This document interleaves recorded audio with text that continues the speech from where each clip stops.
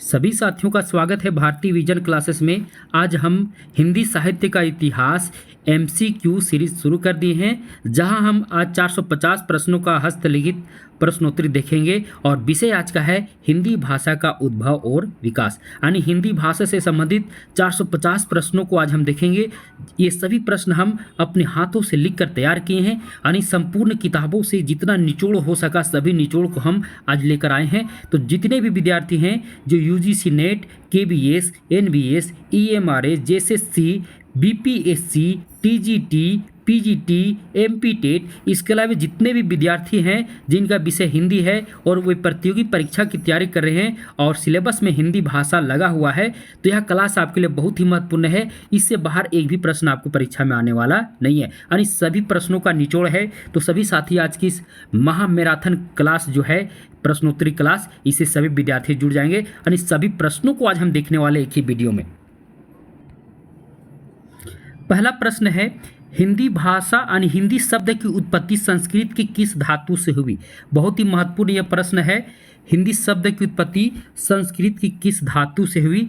तो आपका सही जवाब है भास धातु। बहुत ही महत्वपूर्ण है। लगता है कि यह प्रश्न नहीं पूछेगा, तो अक्सर परीक्षा में यही सब प्रश्न आ जाते हैं और हम जिसे आसान समझते वही प्रश्न परीक्षा में अक्सर पूछ देते हैं। तो हिंदी शब्द की उत्पत्ति संस्कृत के किस धातु से हुई? तो याद रखिएगा भास। प्रश्न नंबर 2 है, भारतीय आर्य भाषा की उत्पत्ति किस भाषा परिवार से हुई है? बहुत ही महत्वपूर्ण है। भारतीय आर्य भाषा की उत्पत्ति जो है किस भाषा परिवार से हुई? तो उत्तर है भारोपीय भाषा परिवार। यानी सभी को हम हस्तलिखित यानी अपने हाथों से लिखकर बनाए हैं जितने भी महत्वपूर्ण प्रश्न बन रहे थे। यहाँ तीसरा प्रश्न है, भारतीय आर्य भाषा को कितने कालखंडों में विभक्त, यानी भारतीय जो कालखंड है वो कितने कालखंडों में विभक्त है? तो 3 कालखंडों में विभक्त है। कितने कालखंडों में विभक्त है? 3 कालखंड, प्राचीन भारतीय आर्य भाषा, मध्यकालीन भारतीय आर्य भाषा और आधुनिक कालीन भारतीय आर्य भाषा। अब यहाँ प्रश्न नंबर 4 है, प्राचीन भारतीय आर्य भाषा का समय है, तो समय कितना है? 2000 ईसा पूर्व से 500 ईसा पूर्व, ये प्राचीन भारतीय आर्य भाषा का समय है। प्रश्न नंबर 5 है, मध्यकालीन भारतीय आर्य भाषा का समय है, तो मध्यकालीन भारतीय आर्य भाषा का समय है 500 ईसा पूर्व से 1000 ईस्वी और आधुनिक कालीन भारतीय आर्य भाषा का समय है 1000 ईस्वी से अब तक, यानी अभी आधुनिक कालीन भारतीय आर्य भाषा अभी है। प्रश्न नंबर 7 है, हिंदी भाषा का प्राचीनतम रूप क्या है? हिंदी भाषा का जो प्राचीनतम रूप है वो क्या है? वो संस्कृत है। प्रश्न नंबर 8 है, प्राचीन काल में संस्कृत भाषा के कितने रूप थे? तो प्राचीन काल में संस्कृत भाषा के 2 रूप थे, वैदिक संस्कृत और लौकिक संस्कृत। प्रश्न नंबर 9 है, वैदिक संस्कृत कितने वर्गों में बटा हुआ था? तो वैदिक संस्कृत 3 वर्गों में बटा हुआ था, संहिता, ब्राह्मण और उपनिषद। देखिए जितने भी महत्वपूर्ण है सब हम लेकर आए हैं। ये हाथ से लिखा हुआ, खुद से बनाया हुआ है। जितने भी हिंदी भाषा से संबंधित किताबें थी सभी किताबों को हमने पढ़कर उससे जितने भी प्रश्न थे सभी निचोड़ प्रश्नों को हमने बनाया है।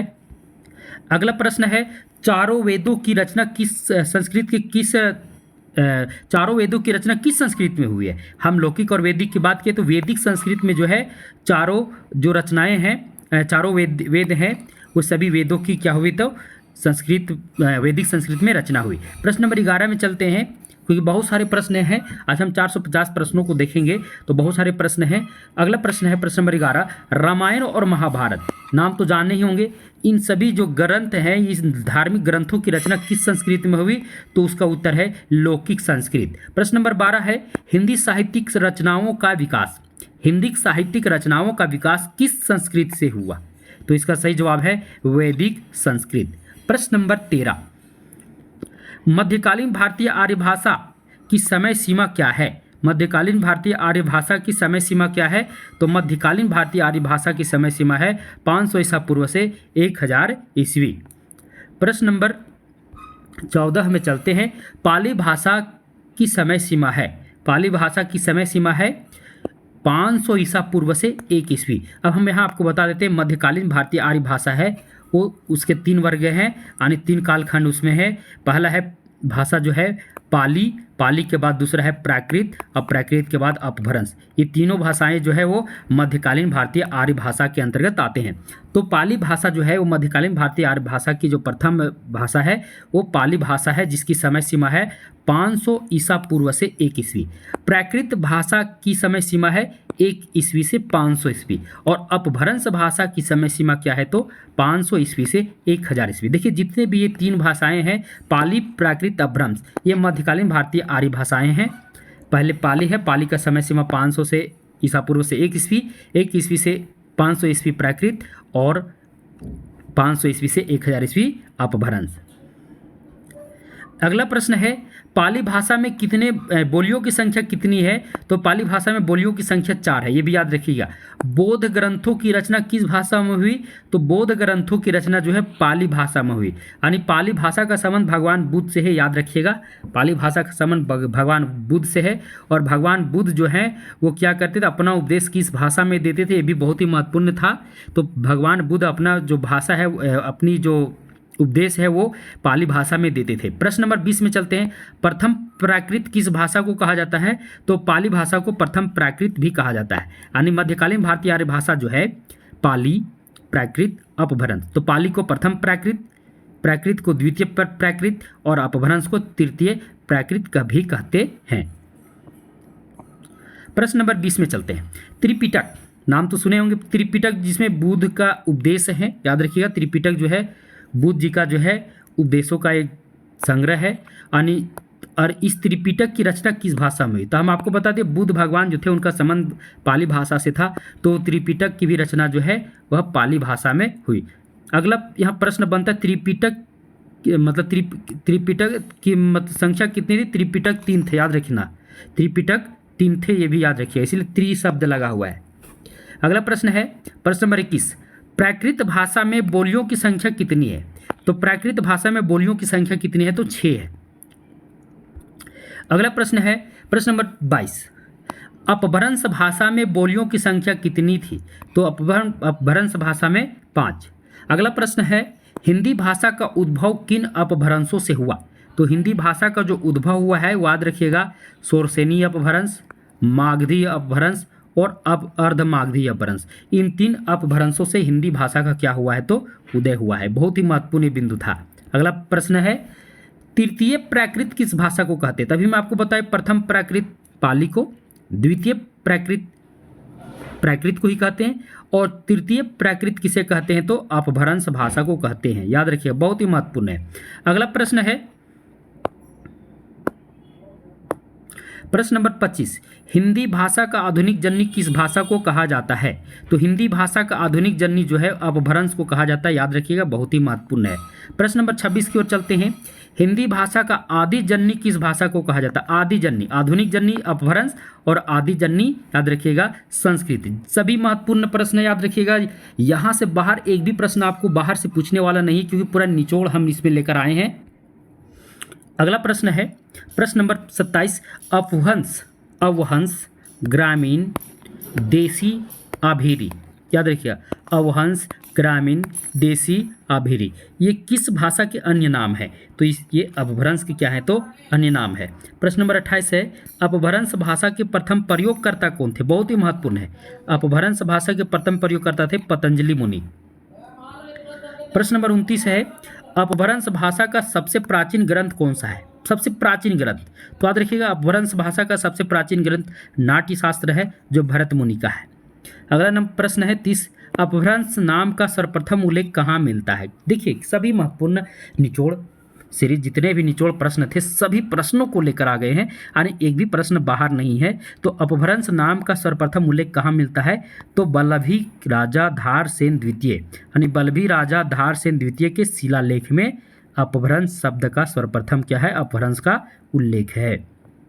प्रश्न नंबर 31 की ओर चलते हैं। किशोरी दास वाजपेयी ने अपभ्रंश भाषा को कौन सी भाषा कहा है, यानी किशोरी दास वाजपेयी ने अपभ्रंश को क्या कहा है तो न भाषा का, याद रखिएगा, न भाषा जो है किशोरी दास वाजपेयी ने कहा है अपभ्रंश को। प्रश्न ये परीक्षा में आ चुका है, अपभ्रंश को न भाषा किसने कहा तो किशोरी दास वाजपेयी ने। प्रश्न नंबर 32। अपभ्रंश में स्वरों और व्यंजनों की संख्या कितनी थी? तो अपभ्रंश से स्वर 10 थे और व्यंजन 30। याद रखिए, ये भी बहुत ही महत्वपूर्ण है। अपभ्रंश में स्वरों की संख्या 10 और व्यंजनों की संख्या 30। अपभ्रंश उकार बहुला है या इकार बहुला? तो याद रखिए, अपभ्रंश जो है उकार बहुला है। क्या है? उकार, इकार नहीं है। इकार कौन है? तो भोजपुरी इकार बहुला है। प्रश्न नंबर 34, अपभ्रंश में कितने वचन है? तो अपभ्रंश में 2 वचन है, एक वचन और बहुवचन। जो बीच में जो होता था द्विवचन, ये अपभ्रंश में नहीं है, एक वचन बहुवचन। अगला प्रश्न है प्रश्न नंबर 35, अपभ्रंश के प्रथम कवि कौन है? तो अपभ्रंश के प्रथम कवि स्वयंभू है। कवि स्वयंभू हैं, जिन्हें अपभ्रंश का प्रथम कवि माना जाता है। प्रश्न नंबर 36, अपभ्रंश का वाल्मीकि किसे कहा जाता है? तो ये भी स्वयंभू जी को ही कहा जाता है।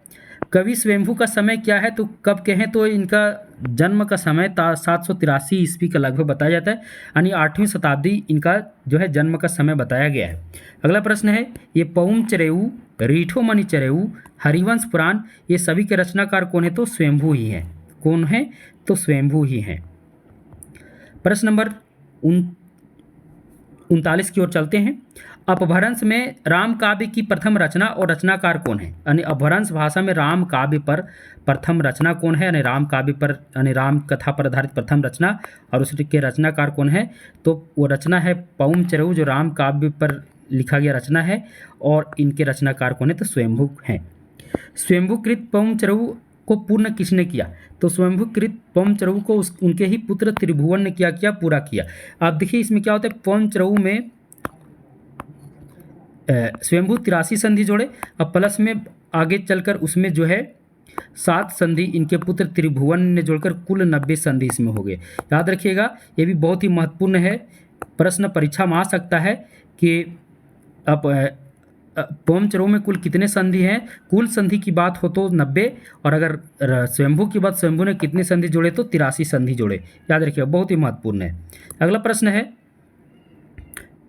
अपभ्रंश की प्रथम कडबकवध रचना है। अपभ्रंश की प्रथम कडबकवध रचना कौन है? तो पउम चरेऊ ही है। ये भी महत्वपूर्ण है। अगला प्रश्न है प्रश्न नंबर 42, अपभ्रंश काल में काव्य का प्रमुख छंद था। तो अपभ्रंश काल में काव्य का प्रमुख छंद क्या था? तो अपभ्रंश काल में याद रखिएगा, कविता का वहाँ उस समय जो छंद चलता था वो दोहा या दोहा, दोहा या दोहा। ये भी बहुत ही महत्वपूर्ण है। अपभ्रंश काल में जो प्रमुख छंद की बात आ जाएगा तो याद रखिएगा दोहा या दोहा। प्रश्न नंबर 43, अपभ्रंश का भवभूति किसे कहा जाता है? अपभ्रंश का भवभूति जो है पुष्यदंत को कहा जाता है, और पुष्यदंत को कहा जाता है, बहुत ही ये भी महत्वपूर्ण है। प्रश्न नंबर 44, अपभ्रंश का प्रथम व्याकरण ग्रंथ कौन सी है? ये भी बहुत ही महत्वपूर्ण प्रश्न है। तो अपभ्रंश का प्रथम व्याकरण ग्रंथ है शब्दानुशासन, जो किनका रचना है? हेमचंद्र का है। किनका है? हेमचंद्र का शब्दानुशासन जो है वो अपभ्रंश का क्या है? तो प्रथम व्याकरण ग्रंथ है। अब देखिए यहाँ कंफ्यूजन, शब्दानुशासन, हिंदी शब्दानुशासन, देखिए दोनों में अंतर है, और जल्दीबाजी में गलती मत कर देना। अगर शब्दानुशासन बात हो तो ये दोनों व्याकरण ही ग्रंथ हैं। दोनों ग्रंथ क्या है? व्याकरण है। शब्दानुशासन व्याकरण ग्रंथ के रचनाकार हेमचंद्र हैं, यानी जैनाचार्य हेमचंद्र हैं, जबकि हिंदी शब्दानुशासन ग्रंथ के लेखक कौन है? तो किशोरीदास बाजपेयी हैं। कितना महत्वपूर्ण है, याद रखिएगा, हिंदी शब्दानुशासन किशोरीदास बाजपेयी और शब्दानुशासन हेमचंद्र। प्रश्न नंबर 46 में चलते हैं। प्रश्न नंबर 46 है, अपभ्रंश की वह कौन सी रचना है जिसमें विक्रमपुर की एक वियोगिनी की वीरा कथा है? तो याद रखिएगा संदेश रासक।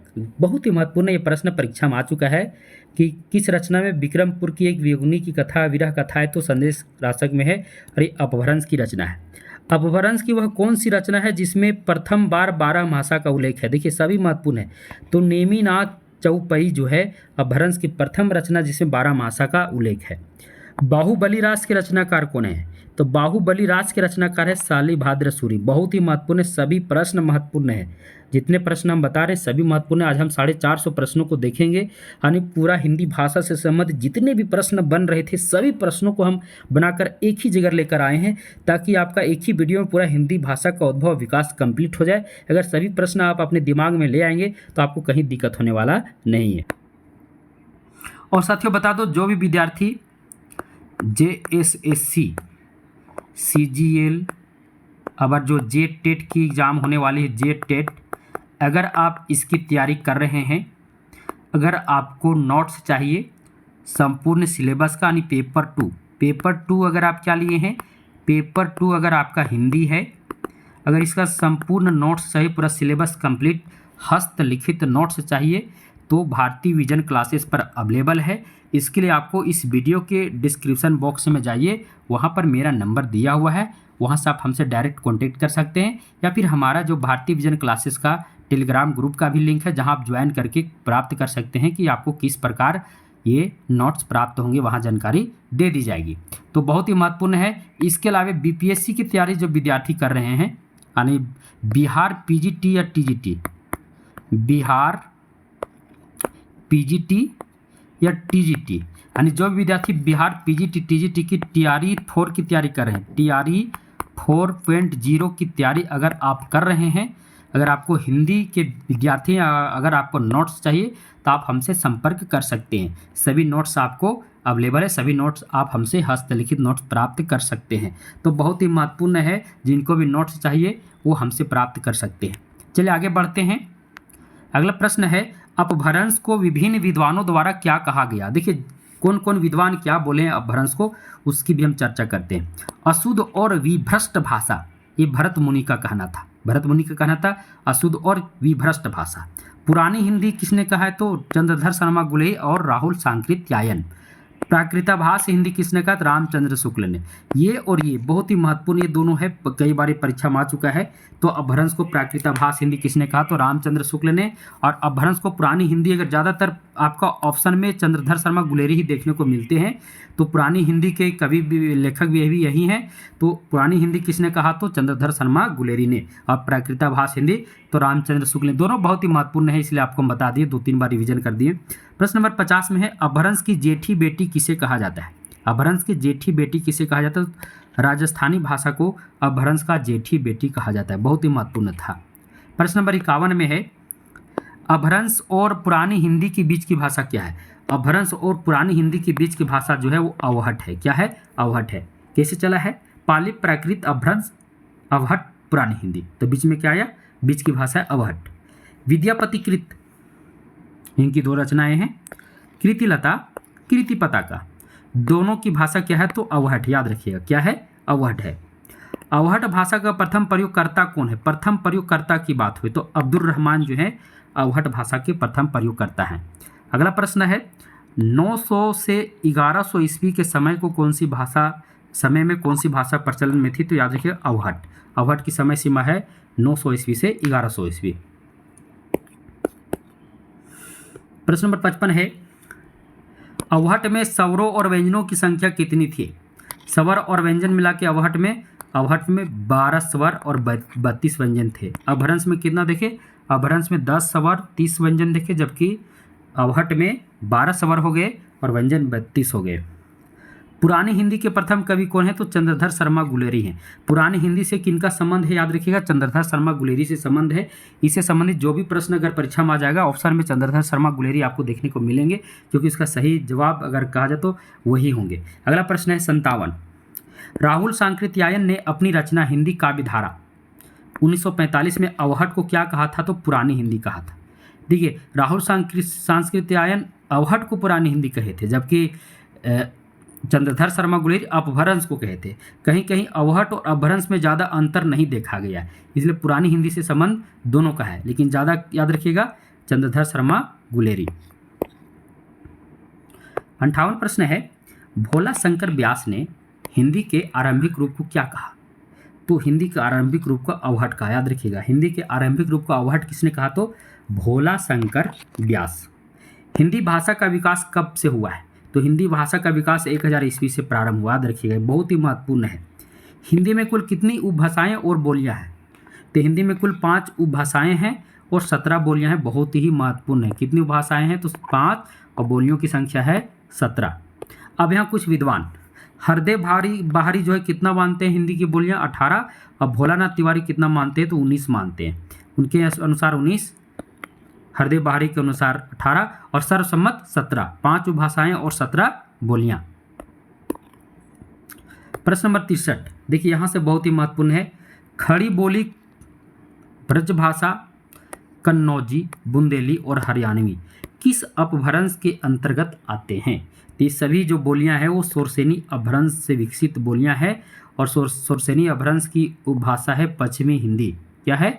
पश्चिमी हिंदी है और पश्चिमी हिंदी से ये सभी विकसित बोलियां हैं। तो ये किस अपभ्रंश से विकसित है? तो सोरसेनी अपभ्रंश से विकसित है। उसी प्रकार अवधी बघेली छत्तीसगढ़ी, अवधी बघेली छत्तीसगढ़ी किस अपभ्रंश से विकसित हुए हैं? तो अर्धमागधी अपभ्रंश से। अब अर्धमागधी का उपभाषा है पूर्वी हिंदी, पूर्वी हिंदी से ये उत्पन्न हुए हैं, लेकिन किस अपभ्रंश से है? तो इनका विकास जो है अर्धमागधी अपभ्रंश से हुआ है। संबंध इसे है अर्धमागधी अपभ्रंश से पूर्वी हिंदी, पूर्वी हिंदी से अवधी बघेली छत्तीसगढ़ी। भोजपुरी, मगही और मैथिली इत्यादि बोलियों का विकास किस अपभ्रंश से हुई है? तो ये मागधी अपभ्रंश से हुई है। मागधी अपभ्रंश से बिहारी भाषा है, बिहारी उपभाषा है, और बिहारी उपभाषा से भोजपुरी, मगही, मैथिली इत्यादि भाषाओं का विकास हुआ है। अब यहाँ से जो प्रश्न है बहुत ही महत्वपूर्ण है, याद रखिएगा। दिल्ली, मेरठ, देहरादून, सहारनपुर, बिजनौर, मुरादाबाद, ये सभी याद रखिए। दिल्ली, मेरठ, देहरादून, सहारनपुर, बिजनौर, मुरादाबाद। यहाँ पर यहाँ की बोली क्या है? तो याद रखिए खड़ी बोली है, बहुत ही महत्वपूर्ण है, क्योंकि यहाँ से एक प्रश्न तो ये स्थान वाला से एक प्रश्न तो निश्चित आएगा कोई भी परीक्षा में। अगला प्रश्न है, खड़ी बोली के प्रथम कवि अब कौन है? तो अमीर खुसरो हैं, सभी लोग जानते हैं। खड़ी बोली के प्रथम महाकवि कौन है? हरिओद हैं। अब खड़ी बोली की प्रथम महाकाव्य कौन है? तो प्रिय प्रवासिक। सभी महत्वपूर्ण है। प्रश्न नंबर 70 है, हिंदी के प्रथम महाकवि कौन है? तो हिंदी के प्रथम महाकवि चंद्रबरदाई को माना जाता है, और हिंदी का प्रथम महाकाव्य चंद्रबरदाई की रचना पृथ्वीराज रासो को माना जाता है। लेकिन अगर खड़ी बोली की बात हो जाती है तो खड़ी बोली के प्रथम महाकाव्य पीर प्रवास है, और उसके रचनाकार कौन है? तो हरिओद जी हैं, अयोध्या सिंह उपाध्याय हरिओद। अब अगला है आगरा, मथुरा, अलीगढ़। देखिए खासकर पहचान आगरा, मथुरा, अलीगढ़, ये तीन एकदम याद रखिएगा। आगरा, मथुरा, अलीगढ़, ये दो तीन को याद रखिएगा। बाकी परीक्षा में जब आता है तो ये तो आ ही जाएगा क्योंकि ज़्यादा महत्वपूर्ण है। तो आगरा, मथुरा, अलीगढ़ ये याद रखना पड़ेगा। लेकिन ये सभी इसके अलावा धौलपुर, मैनपुरी, एटा, बिदाऊ, बरेली, यहाँ की बोली क्या है? तो ब्रज भाषा है। याद रखिएगा क्या है? ब्रज भाषा। पंजाब, दिल्ली, रोहतक, करनाल, पटियाला, हरियाणा इत्यादि की बोली क्या है? तो पंजाब, दिल्ली जहाँ आ गया, पंजाब, दिल्ली, रोहतक, कम से कम पंजाब याद रखिएगा, दिल्ली, रोहतक, तो यहाँ की भाषा हो जाएगा क्या? हरियाणवी, यहाँ की मतलब बोली। प्रश्न नंबर 73 है, अब जहाँ झांसी अगर आपको देखने को मिल गया, झांसी अगर आ गया, झांसी अगर देखने को मिल गया और बोले पूछ देगा कि कहाँ की बोली है, तो बुंदेली, यहाँ की झांसी की बोली क्या है? तो बुंदेली है। झांसी के अलावा जलौन, हमीरपुर, ग्वालियर, ओरछा ये सभी की बोली क्या है? तो बुंदेली है। यहाँ से एकदम निश्चित है, इन स्थानों से संबंधित एक प्रश्न निश्चित आएगा। अब इटावा दिखेगा तो कनौजी याद रखेगा। इटावा, फारुखाबाद, शाहजहाँपुर और कानपुर, कानपुर और इटावा जहाँ दिख जाएगा समझ लीजिएगा कन्नौजी की बात है। क से कानपुर, क से कन्नौजी, याद रखिए, इस तरह आप याद कर लीजिएगा। 75 है, लखनऊ, इलाहाबाद, फतेहपुर। लखनऊ और इलाहाबाद आपको सिर्फ देखने को मिल गया, लखनऊ और इलाहाबाद, तुरंत पकड़ लेना। अवधी भाषा की बात हो रही है। किसकी बात हो रही है? लखनऊ, इलाहाबाद, फतेहपुर, मिर्ज़ापुर, उन्नाव, रायबरेली। देखिए हम क्यों बता रहे हैं, क्योंकि यहाँ से प्रश्न परीक्षा में आता है।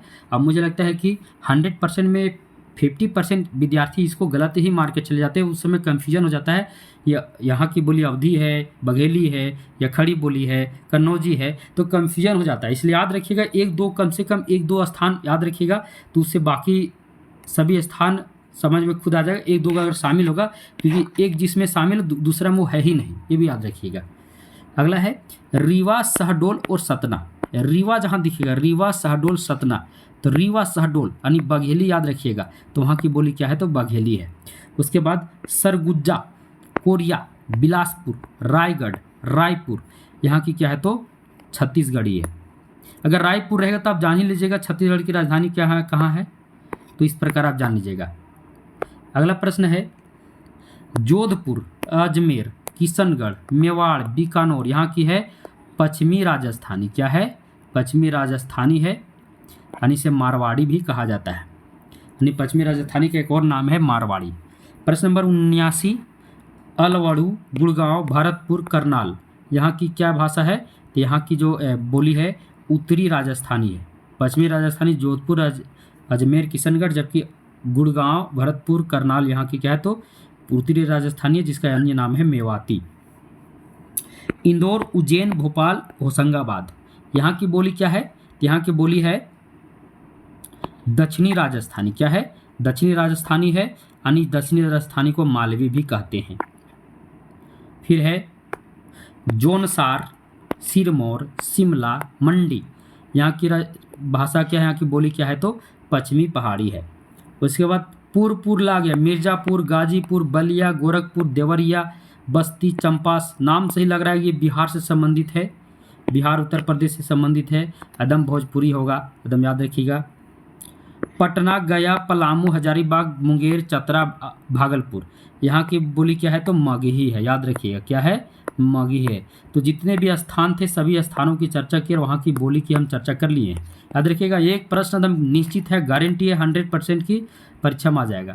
84 प्रश्न देखते हैं। भोजपुरी को हिंदी प्रदेश की सबसे बड़ी बोली मानने वाले विद्वान कौन है? यानी कोई विद्वान है जिन्होंने भोजपुरी की हिंदी की सबसे बड़ी बोली माने हैं, तो हरदेव बाहरी जी हैं। भोजपुरी इकार बहुला है उकार? तो भोजपुरी इकार बहुला, याद रखिएगा। क्या है? इकार बहुला। ओकार बहुला भाषा कौन कौन से है? यहाँ महत्वपूर्ण आ गया। अब ओकार बहुला के अंतर्गत आने वाले भाषा कौन कौन है? तो ब्रज भाषा ओकार है, बुंदेली ओकार है, कन्नौजी ओकार है, मारवाड़ी ओकार है, कुमाऊनी ओकार है, गढ़वाली ओकार है, मालवी भी ओकार है। आकार बहुला के अंतर्गत आ जाएंगे कोरवी, हरियाणवी। ये क्या है? तो आकार बहुला है। अगला प्रश्न है, खड़ी बोली को हिंदुस्तानी नाम किसने दिया? तो खड़ी बोली को हिंदुस्तानी नाम देने वाले जो विद्वान है वो जॉर्ज ग्रियर्सन है। प्रश्न नंबर 90, खड़ी बोली को कोरवी किसने कहा? तो खड़ी बोली को कोरवी कहने वाले जो विद्वान है भोलानाथ तिवारी हैं। अगला प्रश्न है, देसिल बैना सब्जन मिठा ता तैसन जंपो जो अवहट्टा। ये पंक्ति किन की है? तो देसिल बैना सब्जन मिठा विद्यापति कृति लता से यह पंक्ति संबंधित, याद रखिएगा। प्रश्न नंबर 92, हिंदी का वह रूप जिसमें अरबी, फारसी, तुर्की शब्दों का प्रयोग अधिक हुआ है, तो वह रूप है हिंदुस्तानी। सभी महत्वपूर्ण है, याद रखिएगा, सभी महत्वपूर्ण है। और जितने विद्यार्थियों को सीजीएल या जेट टेट की हस्तलिखित नोट्स चाहिए पेपर 2 का, तो मेरे पास अवेलेबल है। सिर्फ हिंदी पेपर 2 का, याद रखिएगा। अगला प्रश्न है, अरबी, फारसी, तुर्की से मुक्त भाषा को क्या कहते हैं? तो उर्दू कहते हैं। अब देखिए, अरबी, फारसी, तुर्की देखकर आप उर्दू को तो मानिएगा नहीं, क्योंकि तो लग रहा है कि उसी से है, लेकिन इनसे मुक्त भाषा है उर्दू। अरबी, फारसी, तुर्की से मुक्त भाषा है उर्दू। अगला प्रश्न है, हिंदू मग पर पाँव न राखियो का बहुते जो हिंदी भाखियो। इस पंक्ति के रचनाकार कौन है? तो नूर मोहम्मद हैं। कौन है? अवधी भाषा के महान कवि हैं नूर मोहम्मद, जो इस पंक्ति के रचनाकार हैं। अगला है, खड़ी बोली को परिनिष्ठित रूप क्या है? खड़ी बोली का परिनिष्ठित रूप है मानक भाषा। सभी महत्वपूर्ण है, सभी प्रश्न महत्वपूर्ण, याद रखिएगा। जिनको नोट्स चाहिए वो नोट्स भी, इसका पीडीएफ नोट्स चाहिए तो मिल जाएगा।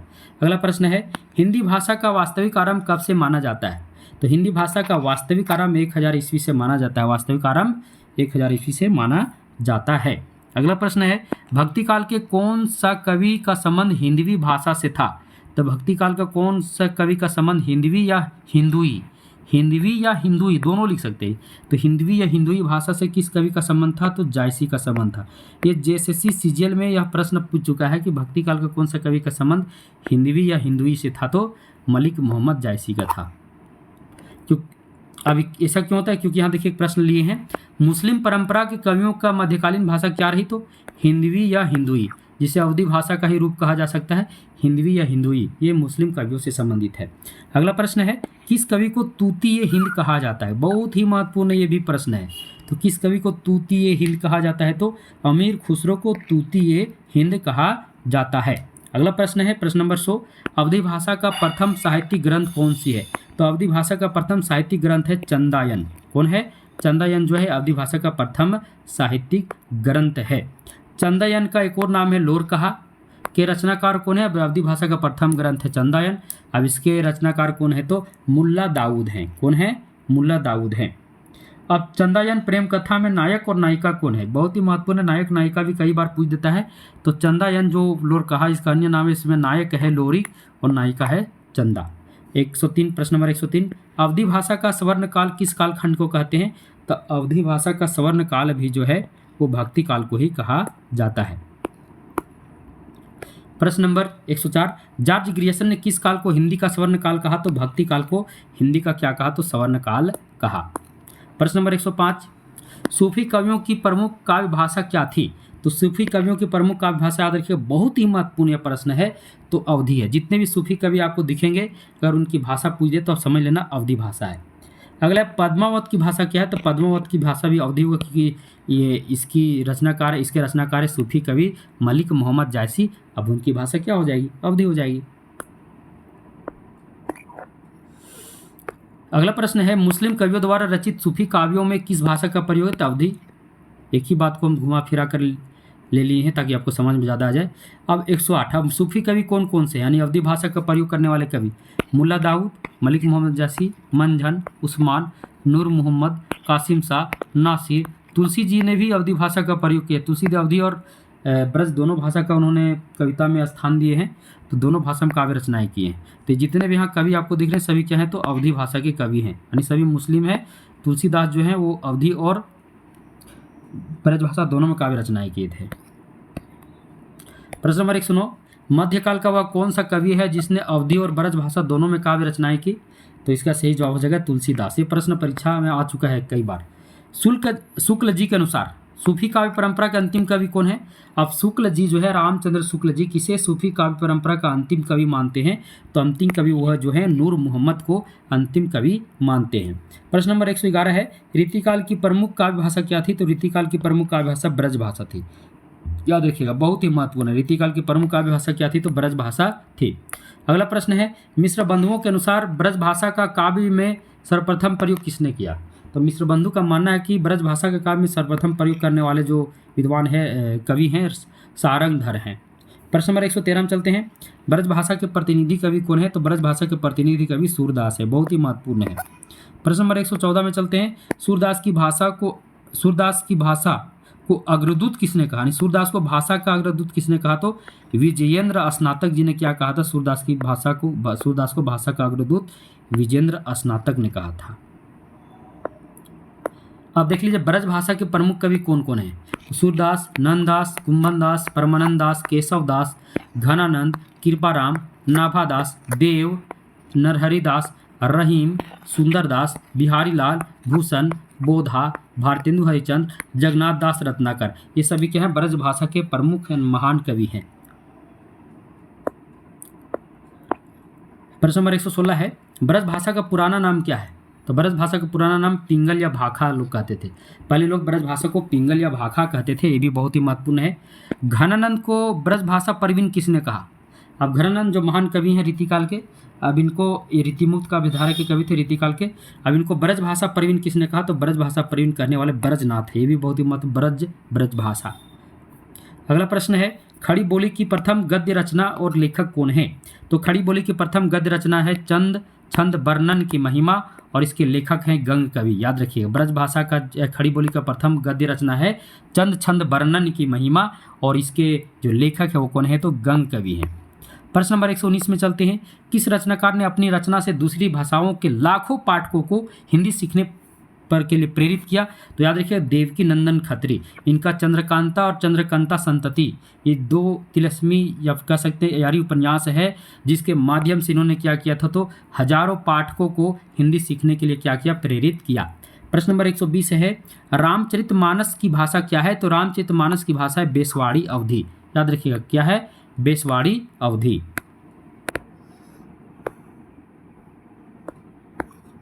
प्रश्न नंबर 121 है, अपभ्रंश राजस्थानी, अपभ्रंश के साथ राजस्थानी का मिलने से यानी अपभ्रंश और राजस्थानी मिश्रित भाषा शैली को क्या कहते हैं?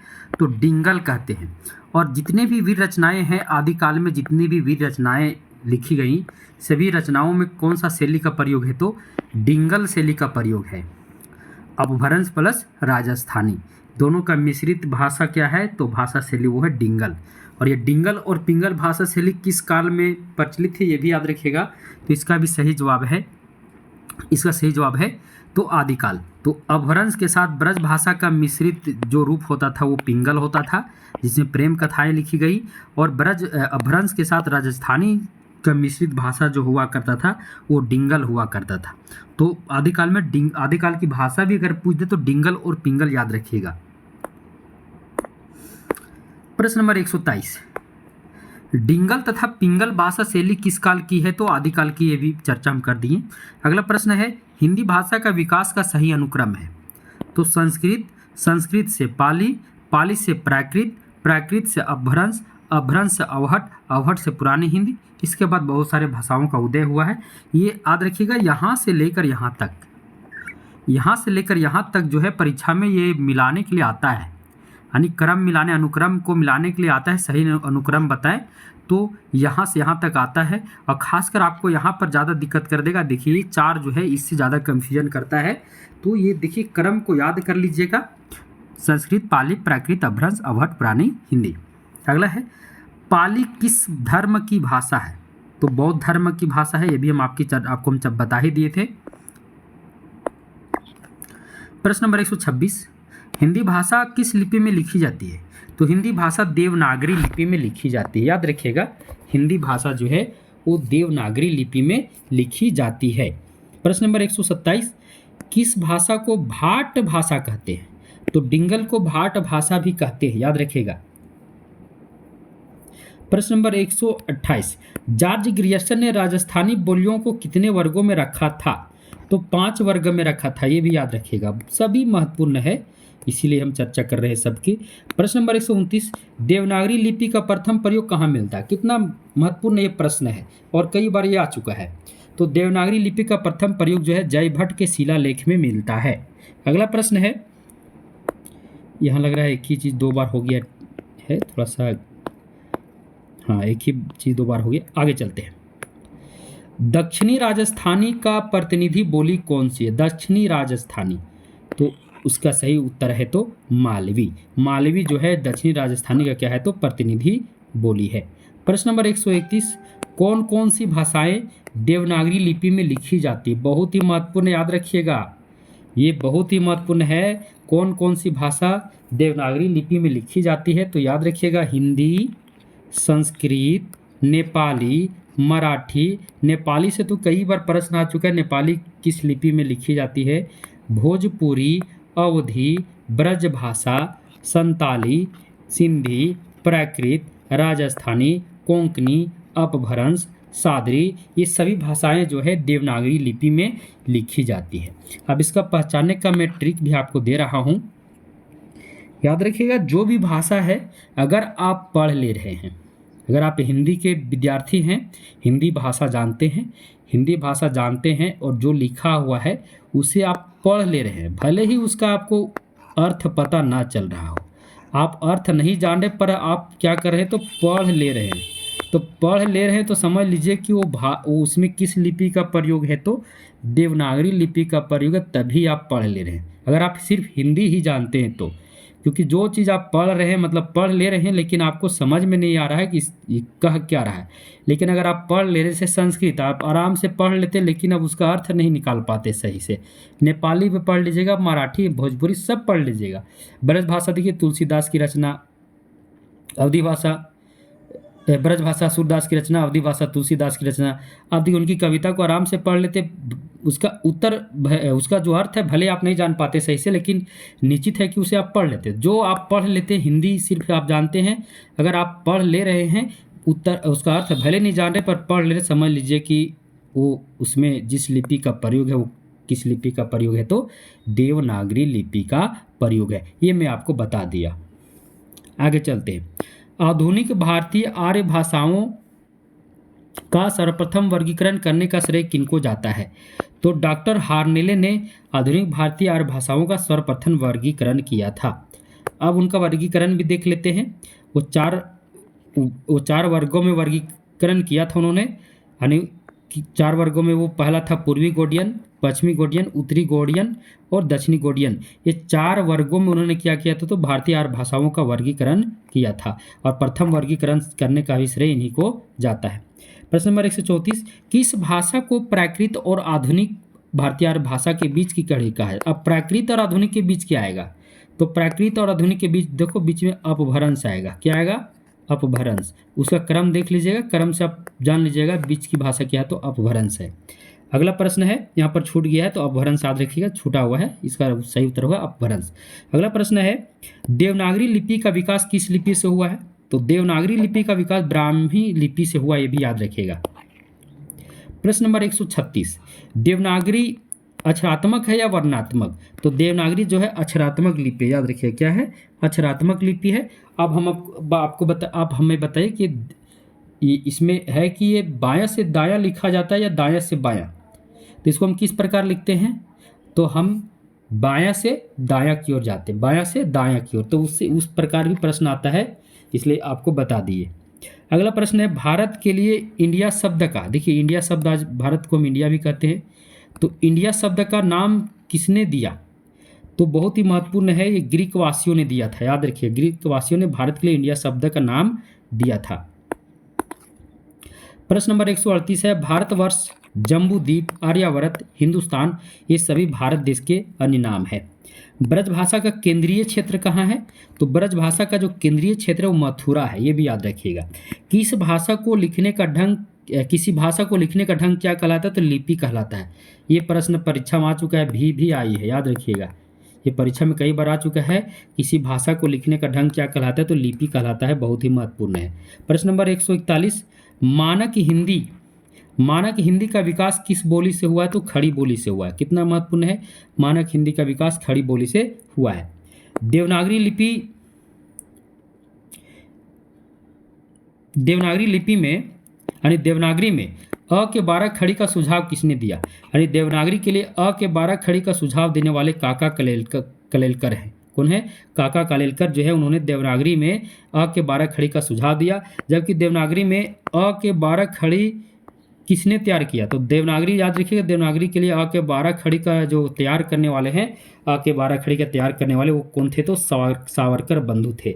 सावरकर बंधुओं ने अ के 12 खड़ी का क्या किया था? तो निर्माण किया था, तैयार किया था।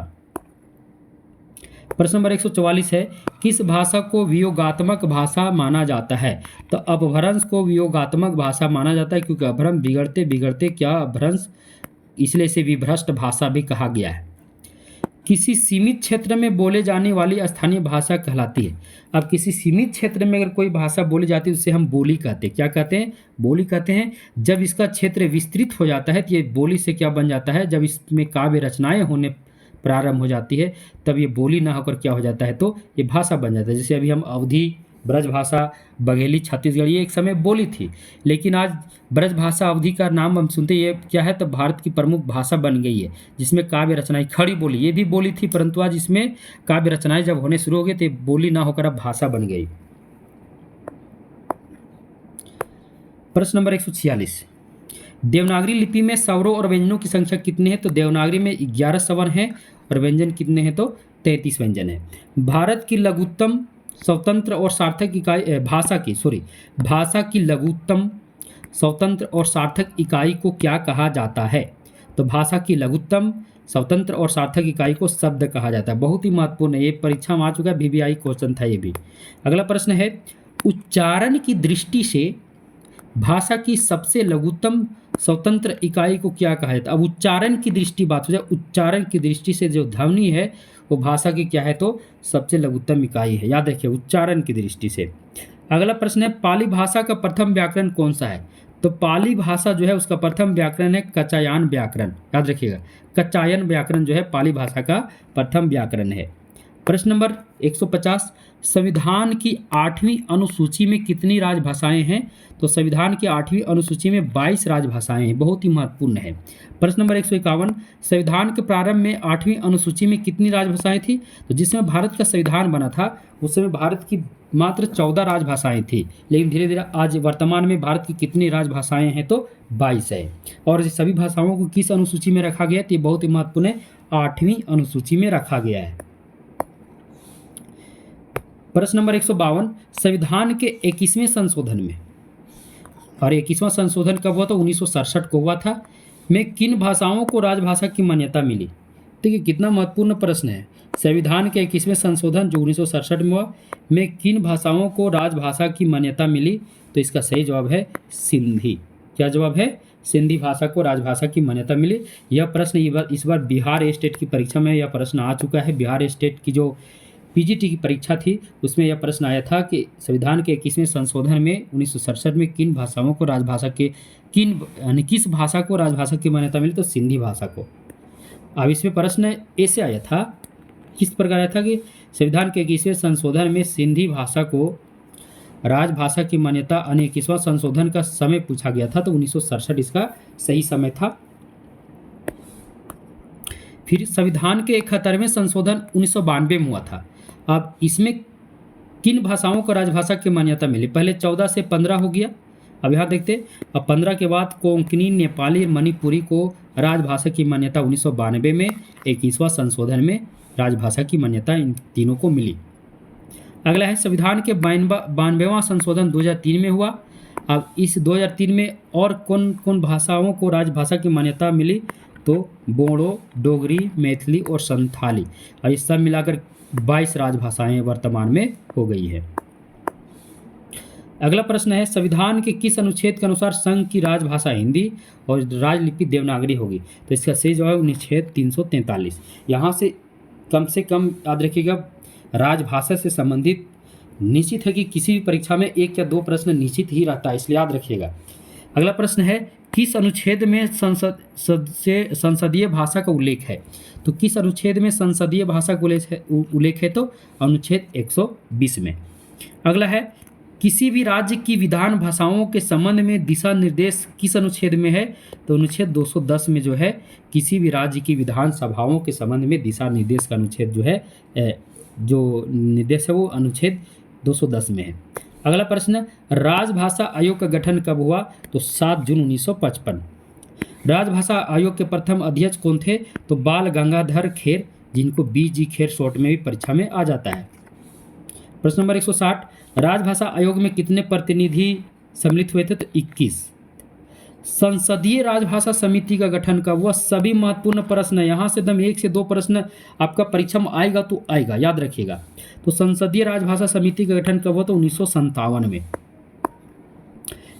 अगला प्रश्न है संविधान के किन अनुच्छेदों में राजभाषा का प्रावधान है, तो अनुच्छेद 343 से लेकर 351 तक इसमें राजभाषा संबंधी क्या है, तो प्रावधान है।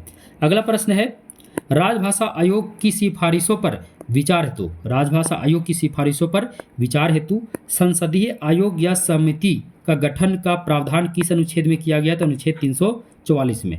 343 में क्या है, 343 में भारत की राजभाषा हिंदी होगी और राजलिपि क्या होगी, देवनागरी होगी, ये 343 में है। जबकि 344 में क्या है, तो संविधान राजभाषा के आयोगों की सिफारिशों पर विचार हेतु, इतना कम से कम याद रखिएगा, राजभाषा आयोग के सिफारिशों पर विचार हेतु ये दिमाग में रह जाएगा, तो अनुच्छेद 344 में ये है।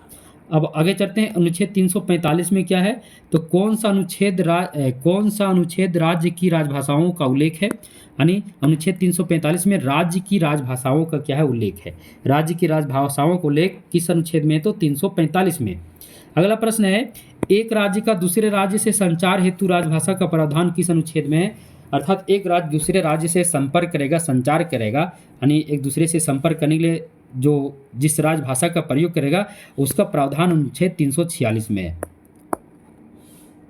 अगला प्रश्न है 166, उच्चतम न्यायालय और उच्च न्यायालय में प्रयोग की जाने वाली भाषा का प्रावधान किस अनुच्छेद में, 348। ये कम से कम ऊपर ये याद रखिएगा ना, उच्चतम न्यायालय उच्च न्यायालय जहां देखने को मिलेगा अनुच्छेद पूछ देगा, 348 याद रखना। प्रश्न नंबर 167, किस अनुच्छेद में हिंदी भाषा के विकास के लिए दिशा निर्देश दिया गया है, तो अनुच्छेद जो अंतिम है हिंदी राजभाषा संबंधी प्रावधान का अनुच्छेद 351 जो अंतिम अनुच्छेद है उसमें हिंदी भाषा के विकास के लिए दिशा निर्देश दिया गया है। प्रश्न नंबर 168, राजभाषा अधिनियम कब लागू हुआ, 1963। राजभाषा अधिनियम को प्रथम बार कब संशोधित किया गया, 1967। अब राजभाषा नियम कब पारित हुआ, तो 1976। याद रखिएगा इसमें 12 नियम थे। राजभाषा नियम जो 1976 में जो पारित हुआ था इसमें 12 नियम थे। तो देखिए राजभाषा अधिनियम, राजभाषा संशोधित अधिनियम, राजभाषा नियम, ये सभी लगभग एक ही चीज़ है, इसमें बदलाव थोड़े थोड़े हुए हैं, समझ गए। लेकिन एक तो राजभाषा नियम के नाम से जाना जाता है जिसमें 12 नियम बनाए गए थे, ये राजभाषा अधिनियम के नाम से जाना जाता है राजभाषा संशोधित अधिनियम। अगर परीक्षा में आ जाए राजभाषा अधिनियम कब लागू हुआ, अगर आपका ऑप्शन 1963 यही सही होगा, अगर ये ऑप्शन में नहीं है तो आपका ये दिया रहेगा, दोनों में कोई एक दिया रहता है, या तो ये, तो कभी कभी कन्फ्यूजन हो जाता है। इस बार बिहार स्टेट की परीक्षा में जब प्रश्न आया था तो बिहार स्टेट की परीक्षा में यह प्रश्न आया था और उसमें ऑप्शन में 1976 दिया हुआ था, 1963 था ही नहीं। राजभाषा अधिनियम कब लागू हुआ, तो 1976 दिया हुआ था। उसका सही जवाब आयोग ने 1976 को ही माना। प्रश्न नंबर 171, राजभाषा नियम के अंतर्गत, अब राजभाषा नियम जो है वो 1976 में इसको शुरू किया गया था। तो इसके अंतर्गत केंद्रीय कार्यालय है उनको कितने वर्गों में बांटा गया, तो 3 वर्ग में बांटा गया। कितने वर्ग में बांटा गया, 3 वर्ग में बांटा गया। क वर्ग क्षेत्र, ख वर्ग क्षेत्र और ग वर्ग क्षेत्र। बहुत ही महत्वपूर्ण है। देखिए इसका अगर आपको राजभाषा नियम से संबंधित अगर बहुत ही बेहतरीन जानकारी आपको लेनी है तो हमारा चैनल के जो हमारे चैनल पर उसका वीडियो अपलोड है, आप मेरे प्लेलिस्ट में जाइए, वहाँ पर आप देखिए राजभाषा नियम से संबंधित जो है वीडियो अपलोड है, जहाँ पूरा संपूर्ण जानकारी आपको देखने को मिलेगी। तो राजभाषा नियम के अंतर्गत केंद्रीय कार्यालय को कितने वर्गों में बांटा गया, 3 वर्ग में, क वर्ग, ख वर्ग, ग वर्ग। अब क वर्ग क्षेत्र के अंतर्गत आने वाले राज्यों की राजभाषा क्या है, तो क वर्ग क्षेत्र के अंदर जितने भी राज्य आते हैं सबकी भाषा क्या है, तो हिंदी है। याद रखिएगा, सबकी राजभाषा क्या है, हिंदी है।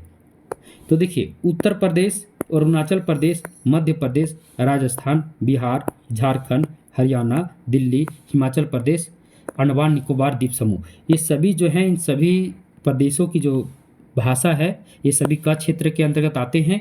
और यहाँ की राजभाषा क्या है, तो यहाँ राज्य का जो है राजभाषा यहाँ की है वो क्या है, हिंदी है। ख क्षेत्र के अंतर्गत आने वाले राज्य कौन कौन है, तो गुजरात, महाराष्ट्र, पंजाब और चंडीगढ़। हम एक बार फिर बता दें, अगर आपको इसका ट्रिकी वीडियो चाहिए किससे आपको पता चलेगा कौन किस क्षेत्र में आएंगे, यानी किस वर्ग क्षेत्र में आएंगे, तो इसका राजभाषा नियम से संबंधित एक महत्वपूर्ण वीडियो अपलोडेड है, वहाँ जाइए और ट्रिक से आप तुरंत याद कर लीजिएगा कि कौन सा राज्य किस क्षेत्र में आएगा, कौन सा राज्य किस वर्ग क्षेत्र में आएगा, क में कौन आएगा, ख में कौन आएगा, ग में कौन आएगा, और कहाँ की राजभाषा क्या है वो भी सब कुछ उसमें चर्चा है। अगला है ग क्षेत्र के अंतर्गत आने वाले राज्य। अब ग क्षेत्र के अंतर्गत आने वाले राज्य ओडिशा, तमिलनाडु, तेलंगाना, आंध्र प्रदेश, पश्चिम बंगाल, असम, मणिपुर, मिजोरम, मेघालय, नागालैंड, अरुणाचल प्रदेश, केरल, कर्नाटक, त्रिपुरा और गोवा। ये सभी जो है कहाँ के हैं, तो ये सभी ग वर्ग क्षेत्र के अंतर्गत आते हैं। अगला है मेघालय, नागालैंड, अरुणाचल प्रदेश, यहाँ की राजभाषा क्या है, तो अंग्रेजी है। अब देखिए अंग्रेजी जो है भारत की राजभाषा में सम्मिलित नहीं, फिर भी आज भी राजभाषा के रूप में इसका प्रयोग किया जा रहा है क्योंकि ये अंग्रेजों का प्रभाव है। 177 हिंदी एकक की स्थापना कब हुई, तो हिंदी एकक की स्थापना 1951 में शिक्षा मंत्रालय के द्वारा, यानी शिक्षा मंत्रालय से संबंधित है हिंदी एकक। प्रश्न नंबर 178 है केंद्रीय हिंदी निदेशालय की स्थापना कब हुई, तो केंद्रीय हिंदी निदेशालय की स्थापना 1960 में हुई। अगला प्रश्न है वैज्ञानिक तथा तकनीकी शब्दावली आयोग का गठन कब हुआ, तो 1961 में। कब हुआ, 1961 में। ये शिक्षा मंत्रालय से संबंधित है और ये इसका स्थापना करने का श्रेय जो है केंद्रीय हिंदी निदेशालय के द्वारा ही इसकी स्थापना की गई है। अगला प्रश्न है प्रश्न नंबर 180 केंद्रीय अनुवाद ब्यूरो की स्थापना कब हुई, तो केंद्रीय अनुवाद ब्यूरो की स्थापना 1 मार्च 1971 को हुई। बहुत ही महत्वपूर्ण है। प्रश्न नंबर 181 राजभाषा विधायी आयोग का गठन कब हुआ, तो राजभाषा विधायी आयोग का गठन 1975 ईस्वी को हुआ। प्रश्न नंबर 182 है हिंदी दिवस कब मनाया जाता है, तो हिंदी दिवस प्रत्येक वर्ष 14 सितंबर को मनाया जाता है क्योंकि 14 सितंबर 1949 को हिंदी को राजभाषा की मान्यता मिली, इसलिए उसी दिन को हम प्रतिवर्ष क्या करते हैं, तो हिंदी दिवस के रूप में मनाते हैं। प्रश्न नंबर 183 है विश्व हिंदी दिवस कब मनाया जाता है, तो विश्व हिंदी दिवस 10 जनवरी को मनाया जाता है।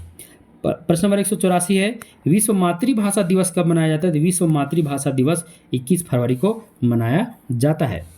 अगला प्रश्न है हिंदी का प्रथम समाचार पत्र कौन सा है, तो हिंदी का प्रथम समाचार पत्र उदंत मार्तंड है जो 30 मई, इसका जो प्रकाशन हुआ था 30 मई 1826 में पंडित जुगल किशोर के द्वारा कोलकाता से इसे प्रकाशित किया गया था और इसी के आधार पर 30 मई को हम क्या मनाते हैं, तो हिंदी पत्रकारिता दिवस के रूप में भी मनाते हैं प्रतिवर्ष। अगला प्रश्न है भारत की संपर्क भाषा किसे माना जाता है, तो भारत की संपर्क भाषा हिंदी को माना जाता है। अगर आप हिंदी जानते हैं तो भारत में कहीं भी जा सकते हैं, कहीं भी मतलब जाकर रह सकते हैं अगर आप हिंदी भाषा जानते हैं तो, यानी आपको व्यक्तियों से जुड़ने में दिक्कतों का सामना नहीं करना पड़ेगा। अब विश्व की संपर्क भाषा क्या है, तो विश्व की संपर्क भाषा क्या है, तो अंग्रेजी है। अगर आप अंग्रेजी भाषा के जानकार, अंग्रेजी भाषा अगर बोल लेते हैं तो विश्व में कहीं भी आप घूम सकते हैं, आपको कहीं भी कोई दिक्कत नहीं होगी। अर्थात व्यक्तियों से आप अपनी भावनाओं का आदान प्रदान कर सकते हैं, उनसे आप बातचीत कर सकते हैं। अगला प्रश्न है, अंग्रेजी में स्टैंडर्ड लैंग्वेज किस भाषा को कहते हैं, तो मानक भाषा को अंग्रेजी में क्या कहा जाता है, तो स्टैंडर्ड लैंग्वेज कहा जाता है। प्रश्न नंबर 189 है, शिक्षा, साहित्य और पत्रकारिता के क्षेत्र में किस भाषा का प्रयोग होता है, तो याद रखिएगा मानक भाषा का प्रयोग जो है शिक्षा के क्षेत्र में, साहित्य के क्षेत्र में, पत्रकारिता के क्षेत्र में, समाचार के क्षेत्र में इस मानक भाषा का प्रयोग होता है, जिसे परिनिष्ठित भाषा भी कहा जाता है। अब अगला प्रश्न है, ब्राह्मण समाज के संस्थापक कौन थे, तो ब्राह्मण समाज के संस्थापक राजा राम मोहन राय थे। प्रश्न नंबर 192 है, आर्य समाज 1867 में इसकी स्थापना हुई, इसके संस्थापक कौन थे, तो आर्य समाज के संस्थापक स्वामी दयानंद सरस्वती थे। प्रश्न नंबर 192 में चलते हैं, रामकृष्ण मिशन जो 1897 में इसका स्थापना किया गया, इसके संस्थापक कौन थे, स्वामी विवेकानंद जो हैं वो रामकृष्ण मिशन के संस्थापक थे। अगला प्रश्न है, नागरिक प्रचारणी सभा काशी की स्थापना कब हुई, तो नागरिक प्रचारणी सभा काशी की स्थापना 16 जुलाई 1893 को हुई। बहुत ही महत्वपूर्ण है और ये कई बार परीक्षा में पूछ चुका है। अगला प्रश्न है, नागरिक प्रचारणी सभा काशी के संस्थापक कौन थे, तो श्याम सुंदर दास इसके प्रधान संस्थापक थे। याद रखिएगा, अगर प्रधान संस्थापक पूछे तो श्याम सुंदर दास, अन्य संस्थापक के रूप में संस्थापक यह संपादक होगा, है ना। संपादक कौन थे, तो श्याम सुंदर दास, राम नारायण मिश्र और शिव कुमार सिंह। प्रधान पूछेगा, प्रधान संपादक कौन थे, तो श्याम सुंदर दास। अगला प्रश्न है, हिंदी साहित्य सम्मेलन प्रयाग जिसकी स्थापना 1910 में हुई, इसके प्रथम संपादक कौन थे, हिंदी साहित्य सम्मेलन जो है प्रयाग से संबंधित है, प्रयाग में इसकी स्थापना हुई और इसके प्रथम संपादक थे मदन मोहन मालवीय। प्रश्न नंबर 196 है, महावीर प्रसाद द्विवेदी ने सरस्वती पत्रिका का संपादक कब से कब तक रहे, तो 1903 में उन्होंने भार लिया और 1920 तक उन्होंने क्या किया, तो कुल 17 वर्षों तक संपादन किए। और सरस्वती पत्रिका जो है इसकी स्थापना जो है 1900 ईस्वी में इसकी स्थापना हुई थी। 197 प्रश्न है, प्रथम विश्व हिंदी सम्मेलन कब और कहाँ हुआ, तो प्रथम हिंदी विश्व सम्मेलन 10 जनवरी 1975 को नागपुर में हुआ और इसी 10 जनवरी को हम क्या करते हैं, तो विश्व हिंदी दिवस के रूप में मनाते हैं। अगला प्रश्न है 198 सर्वप्रथम हिंदी व्याकरण किसके द्वारा लिखा गया, तो सर्वप्रथम हिंदी व्याकरण जो है केटलर के द्वारा लिखा गया। बहुत ही महत्वपूर्ण है, व्याकरण से अगर प्रश्न आता है तो यहाँ से पूछ देता है। हिंदुस्तानी ग्रामर के लेखक कौन है, तो हिंदुस्तानी ग्रामर के लेखक हैं जॉन गिलक्रास्ट। अगला प्रश्न है, हिंदी व्याकरण का पाणिनि किसे कहा जाता है, तो हिंदी व्याकरण का पाणिनि जो है कामता प्रसाद गुरु को कहा जाता है। प्रश्न नंबर 201, देवनागरी लिपि सुधार समिति के प्रथम अध्यक्ष कौन थे, तो देवनागरी लिपि सुधार समिति के प्रथम अध्यक्ष थे वो आचार्य नरेंद्र देव थे। प्रश्न नंबर 202, संविधान के राजभाषा संबंधी प्रावधान किन भागों में है, यानी संविधान के राजभाषा संबंधी प्रावधान किन भागों में है, तो भाग 2, भाग 6 और भाग 17, ये 3 भागों में संविधान के जो है राजभाषा संबंधी सभी प्रावधानों का इसी भागों में क्या किया गया, तो प्रावधान किया गया है। प्रश्न नंबर 203, अब यहाँ कुछ महत्वपूर्ण विद्वानों के कुछ कथन है हिंदी भाषा के प्रति। हिंदी इसी मिट्टी की बोली है और अरबी या फारसी से अधिक जनमानस के निकट है। ये कथन किनका है, तो फेलन जी का कथन है। जॉर्ज ग्रियर्सन क्या कहते हैं, हिंदी ही एक भाषा है जिसमें 2 विभिन्न प्रांतों के लोग आपस में बातचीत कर सकते हैं। कथन किनका है, तो जॉर्ज ग्रियर्सन का है।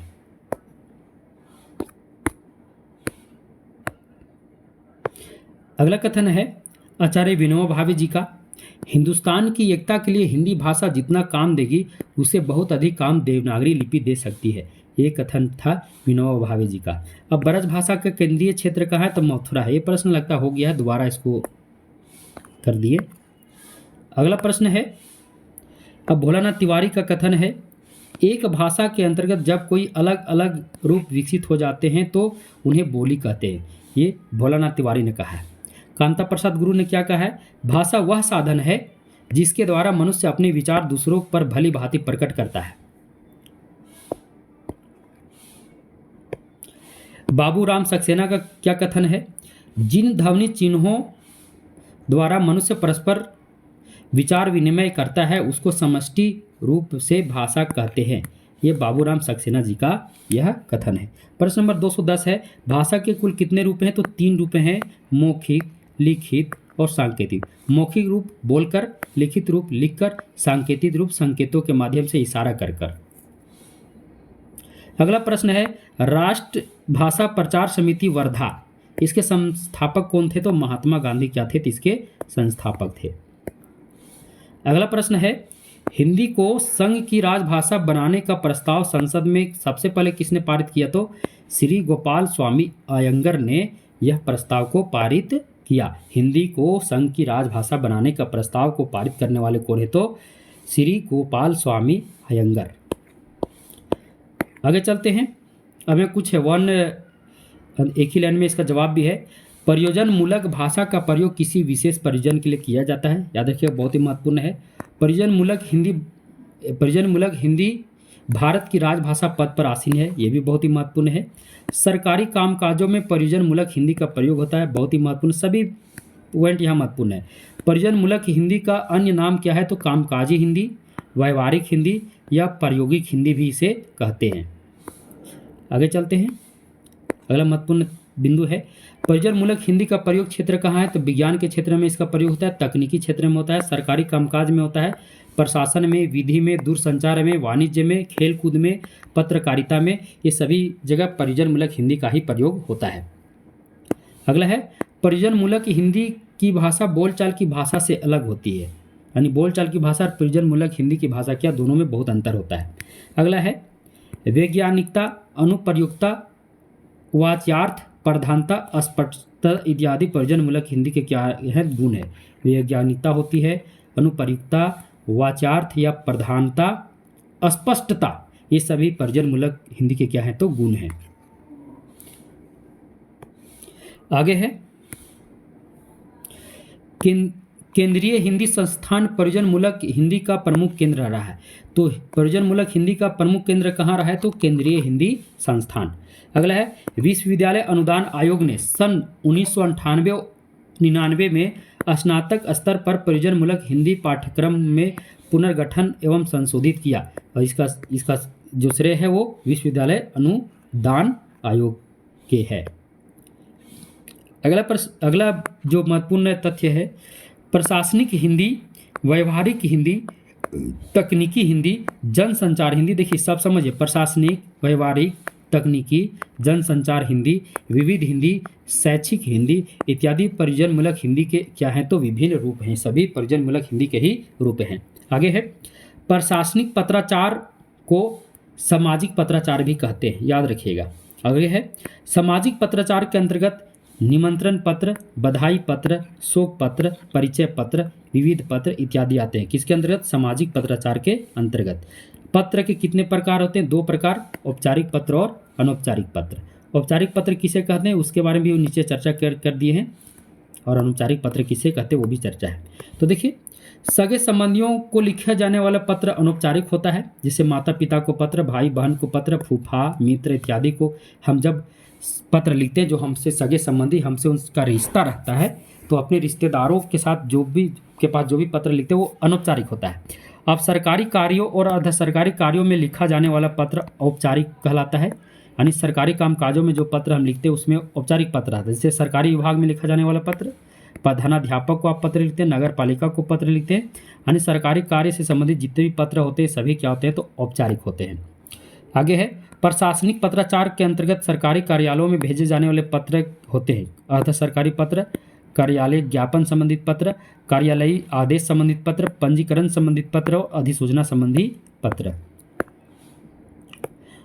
आगे है, लंबे चौड़े विवरण को संक्षिप्त में प्रस्तुत करना क्या कहलाता है? संक्षेपण कहलाता है। बहुत ही महत्वपूर्ण है।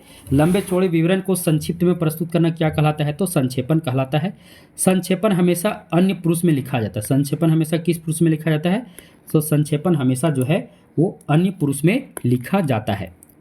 आगे है, बाहर से आए हुए पत्रों या प्रशासनिक मामलों पर कार्रवाई करने के उद्देश्य से जो फाइल तैयार किए जाते हैं उसे क्या कहते हैं? तो टिप्पण कहते हैं। क्या कहते हैं? टिप्पण। बहुत महत्वपूर्ण है, इसलिए सभी को हम लेकर आए। टिप्पण की भाषा प्रशासनिक होता है। क्या होता है? प्रशासनिक। टिप्पण लेखन को विचारणीय पत्र भी कहते हैं। तो किस लेखन को विचारणीय पत्र कहते हैं? तो टिप्पण लेखन को हम विचारणीय पत्र भी कहते हैं। आगे बढ़ते हैं। टिप्पण लेखन के दो भाग होते हैं, टिप्पण भाग, पत्राचार भाग। बाहर से आए हुए किसी पत्र के उत्तर में कच्चा रूप तैयार करना प्रारूपण कहलाता है। बाहर से कोई पत्र आता है, उस पर हम उत्तर के लिए कच्चा, जब सरकारी कार्यालयों में उसका कच्चा चिट्ठा तैयार किया जाता है तो उसे क्या कहते हैं? प्रारूपण कहते हैं। वह लेखन जो किसी घटना, कार्य योजना, समारोह इत्यादि के बारे में प्रत्यक्ष रूप से देखकर या छानबीन करके तैयार किया जाता है उसे प्रतिवेदन कहते हैं। क्या कहते हैं? प्रतिवेदन। और प्रतिवेदन को अंग्रेजी में क्या बोलते हैं? रिपोर्ट कहते हैं। प्रतिवेदन के मुख्यतः 3 भाग होते हैं।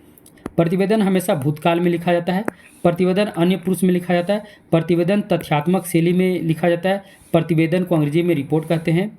अब लेखन कौशल को अंग्रेजी में राइटिंग स्किल कहते हैं। ज्ञापन एक शासकीय पत्र है।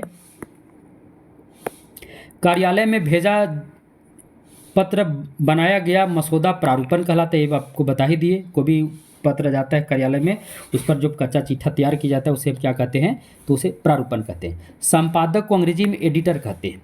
संवाददाता को अंग्रेजी में रिपोर्टर कहते हैं। प्रारूपण को अंग्रेजी में ड्राफ्टिंग कहते हैं। रूपक को अंग्रेजी में फीचर कहते हैं। फीचर, ज़्यादा फीचर हिंदी में प्रचलित है। निवेदक को अंग्रेजी में अनाउंसर कहते हैं। क्या कहते हैं? अनाउंसर, जो अनाउंस करता है। समाचार लेखन उल्टा पिरामिड शैली में लिखी, याद रखिए समाचार लेखन जो है उल्टा पिरामिड शैली में होती है। और समाचार लेखन में कितने ककार होते हैं? बहुत ही महत्वपूर्ण 6 ककार होते हैं। कितने? ये परीक्षा में कई बार पूछ चुका है, याद रखिएगा। पहला ककार होता है क्या, किसे, कब, कहाँ, क्यों, कैसे। ये क्रम से दिया हुआ है, ये भी याद रखिएगा। आगे है, भारत का पहला समाचार पत्र कौन है? तो बंगाल गजट है। अब भारत का प्रथम हिंदी का प्रथम समाचार पत्र कौन है? उदंत मार्तंड है, जिसके बारे में ऊपर हम चर्चा कर ही दिए। हिंदी का प्रथम दैनिक समाचार पत्र कौन है? तो समाचार सुधा वर्षन है। अब देखिए, ये उदंत मार्तंड हिंदी का प्रथम समाचार पत्र है, परंतु ये साप्ताहिक था, जबकि समाचार सुधा वर्षन जो 1854 में इसका ये प्रकाशित हुआ था। तो 1854 में ये उदंत मार्तंड क्या, 1826 हिंदी का प्रथम समाचार पत्र था जो साप्ताहिक था, जबकि दैनिक ये जो है समाचार सुधा वर्षन जो दैनिक है। इसके संपादक कौन थे? तो इसके संपादक श्याम सुंदर सेन थे, जबकि उदंत मार्तंड के पंडित जुगल किशोर। आगे बढ़ते हैं। शीर्षक को अंग्रेजी में क्या कहते हैं? तो कैप्शन कहते हैं। क्या कहते हैं? शीर्षक को अंग्रेजी में कैप्शन कहते हैं। दस्तावेज को अंग्रेजी में क्या कहते हैं? डॉक्यूमेंट कहते हैं। वर्तमान में जनसंचार का सबसे लोकप्रिय माध्यम इंटरनेट है, याद रखिएगा। वर्तमान में जनसंचार का सबसे लोकप्रिय माध्यम क्या है? तो वर्तमान में जनसंचार का सबसे लोकप्रिय माध्यम जो है वो इंटरनेट है। अगला प्रश्न है, भारत में कुल 22 राजभाषाएं, जिसकी चर्चा कर लिए। हिंदी भारत की राजभाषा है, इसकी चर्चा कर लिए। परिपत्र को अंग्रेजी में क्या कहते हैं? कैलकुलर कहते हैं। क्या कहते हैं? कैलकुलर। याद रखिएगा, हिंदी भारत की राजभाषा है, भारत की राष्ट्रभाषा है ही नहीं। आगे है, विज्ञप्ति को अंग्रेजी में बुलेटिन कहते हैं। संचार को अंग्रेजी में क्या कहते हैं? कम्युनिकेशन कहते हैं, याद रखिएगा। परिजन मूलक हिंदी को अंग्रेजी में फंक्शनल हिंदी कहते हैं। क्या कहते हैं? फंक्शनल हिंदी। भारत का पहला समाचार वाचक इसी देवर्षि नारद को माना जाता है। रेडियो रेडियो जनसंचार का श्रव्य माध्यम है। क्या है? रेडियो जो है जनसंचार का श्रव्य माध्यम है, जबकि टेलीविजन जो है जनसंचार का श्रव्य दृश्य, दोनों माध्यम है। परिजन मूलक हिंदी की भाषा सटीक, सुस्पष्ट, वाच्यार्थ और प्रधान और एकार्थक होता है। परिजन मूलक शब्द परिभाषिक होते हैं। डॉक्टर भोलानाथ तिवारी ने परिजन मूलक हिंदी के 7 रूप माने। कितने रूप माने हैं? तो 7 रूप माने हैं। आगे है, डॉक्टर दिलीप सिंह जी परिजन मूलक हिंदी के 5 रूप माने। दिलीप सिंह 5 रूप माने, जबकि भोलानाथ तिवारी 7 रूप माने।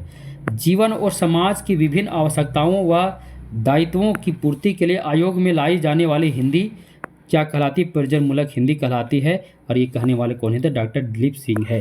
तो आज हम इतना ही, क्योंकि वीडियो क्लास बहुत लंबी हो जाएगी, जिसके कारण आज हम इतना ही स्टॉप करते हैं। यार, जितने भी प्रश्न देखे सभी प्रश्न बहुत ही महत्वपूर्ण थे। सभी प्रश्नों को देखें जहां से प्रतियोगी परीक्षा में अक्सर प्रश्न आते हैं। फिर एक बार बता दूं, जो भी विद्यार्थी CGL की या JTET की तैयारी कर रहे हैं, अगर पेपर 2 आपका हिंदी है तो उसका संपूर्ण हस्तलिखित नोट मेरे पास उपलब्ध है। और जो विद्यार्थी बिहार TGT PGT की तैयारी कर रहे हैं, उनका भी हस्तलिखित नोट्स मेरे पास उपलब्ध है।